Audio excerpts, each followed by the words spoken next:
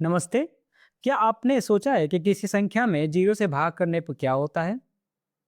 हम में से अक्सर कई लोग जीरो से भाग करने को इन्फिनाइट बोलते हैं और कुछ लोग अनडिफाइंड बोलते हैं। लेकिन वास्तव में जीरो से भाग करने का क्या मतलब होता है? आइए इसको आज इस वीडियो में आसान भाषा में समझते हैं। अगर मैं यहाँ पे लिख रहा हूँ 20 भागा 5 बराबर क्वेश्चन मार्क, इसका क्या मतलब है? अब यहाँ जरा ध्यान से देखिए, भाग देने का मतलब क्या होता है? भाग का मतलब होता है बराबर बंटवारा, यानी बराबर वस्तुएं आप बांटते हैं। यहाँ पे इस समीकरण का क्या मतलब है? यहाँ दो चीजें हैं और भाग करने के लिए दो चीजें होना जरूरी है। ये कितनी राशि बांटी जा रही है और कितने हिस्सों में बांटना है। तो यहाँ पे राशि क्या है? 20, मात्रा है जो 20 चीजों को बांटना है। कितने हिस्सों में? 5 हिस्सों में। तो भाग करने के लिए दो चीजें होना जरूरी है। अगर भाग करने में ये दोनों में से कोई एक चीज नहीं है तो आप भाग नहीं कर पाएंगे।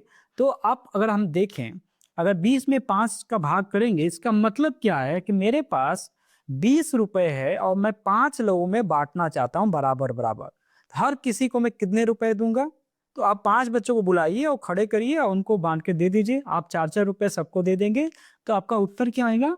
4। बहुत आसान। अगर इसी को आप बोलें कि 20 भागा 4 बराबर कितना होगा? तो 20 वस्तु हैं, 4 लोगों में बाँटना है, तो हर किसी को कितना मिलेगा? तो आप बोलेंगे 4 बच्चों को खड़ा करिए, 4 समूह बनाइए, हर समूह में कितना रखेंगे? आप 5 रख देंगे। लेकिन अगर यही चीज़ 20 भाग भाग 0 हो जाए तो क्या होगा? अब इसको ध्यान दीजिए, इसको ज़रा व्यावहारिक सवाल में बोलिए कि इसका मतलब क्या है? क्योंकि व्यावहारिक सवाल हर समीकरण को आसान बना देता है। इसका मतलब अगर मैं कहूँ कि मेरे पास 20 रुपए हैं और मैं 0 बच्चों में बाँटना चाहता हूँ या 0 समूह में बाँटना चाहता हूँ, तो कितना होगा? अगर देखिए 20 भागा 1 होता तो इसका मतलब क्या है? अगर मैं बोलूँ कि मेरे पास 20 रुपए है और मैं एक बच्चे को देना चाहता हूँ, तो उसको कितना मिलेगा? तो एक बच्चे को बुलाइए, उसको आप 20 रुपए दे देंगे। तो आपका उत्तर कितना आएगा? 20। अगर यही 20 भागा 0 हो गया तो मेरे पास 20 रुपए है और मैं 0 बच्चों में बाँटना चाहता हूँ, 0 समूह में बाँटना चाहता हूँ। 0 बच्चे जब मैं बोल रहा हूँ, इसका मतलब एक भी बच्चे को नहीं। जो हमने पिछले वीडियो में भी सीखा था, 0 का मतलब क्या है? अनुपस्थिति, यानी यहाँ पे समूह अनुपस्थित है। कितनी राशि बाँटनी है वो मेरे पास है, लेकिन कितने हिस्सों में बाँटना है वो हमारे पास नहीं है। तो अगर मुझे 20 रुपए देने हैं और लेने वाला कोई भी नहीं है, तो क्या मैं किसी को दे पाऊँगा? नहीं। तो ऐसी स्थिति में भाग करना असंभव होगा। अगर एक भी बच्चा होता तो उसको आप 20 रुपए दे देते, या एक समूह में गुल्लक में डालना है या डब्बे में डालना है, या आपको एक कह रहे हैं कि मुझे 20 रुपए कहीं एक दान करना है तो आप दान कर देते। लेकिन आपको हिस्सा एक भी नहीं है, तो इनसे 20 आप किसी को नहीं देने वाले हैं। तो 20 क्या होगा? आपके पास ही रह जाएगा, बँटवारा नहीं हो पाएगा। इसलिए हम बोलते हैं कि ऐसी स्थिति में भाग करना असंभव है, हम भाग नहीं कर पाएँगे, क्योंकि ये भाग के जो नियम है कि 2 चीज़ें होनी ज़रूरी है। एक कि कितने राशि बाँटनी है और कितने हिस्सों में बाँटना है। यहाँ पे एक हिस्सा अनुपस्थित है, इसलिए भाग यहाँ पे नहीं हो सकता। ऐसी स्थिति में हम बोलते हैं, इसीलिए हम बोलते हैं भाग को अपरिभाषित, अनडिफाइंड।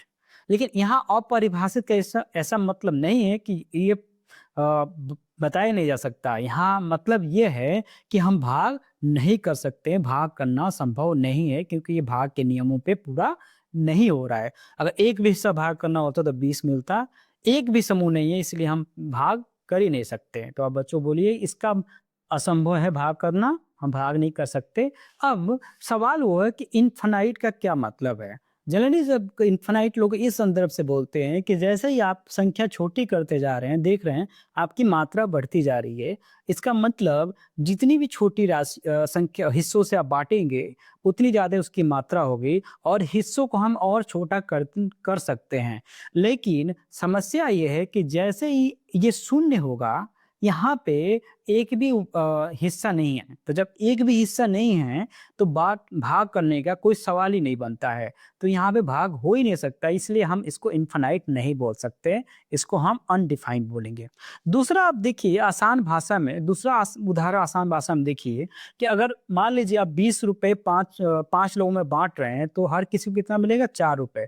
तो आप जो जाँच करते हैं, जिसको बोलते हैं भाजक गुणे भागफल, और जो शेषफल बचता है उसको जोड़ते हैं। 20 रुपए 5 लोगों में आपने बाँटा है, हर किसी को 4 रुपए मिला है, तो वापस उनसे अगर 4-4 रुपए 5 लोगों से वापस लेंगे तो आपके पास कितने होने चाहिए? 20 होने चाहिए। लेकिन अगर आपने किसी को बाँटा नहीं है, तो आप किससे पैसे वापस लेंगे? तो याद रखिए किसी भी संख्या को 0 से डिवाइड नहीं किया जा सकता है, इसलिए इसको हम इनफिनाइट नहीं बोलेंगे, ना ही इसका कोई डेफिनिट मान है, और इसको हम सिंपल भाषा में बोलेंगे अनडिफाइंड बोलते हैं, लेकिन इसका मतलब है कि भाग करना असंभव है। इस वीडियो में इतना ही। अगर ये वीडियो आपको अच्छी लगी हो तो आप कमेंट कीजिए, लाइक करिए, चैनल को सब्सक्राइब करिए, दूसरों के साथ साझा कीजिए, और कमेंट में आप लिख के बताइए क्या बताना है आपको? Hashtag zero logic.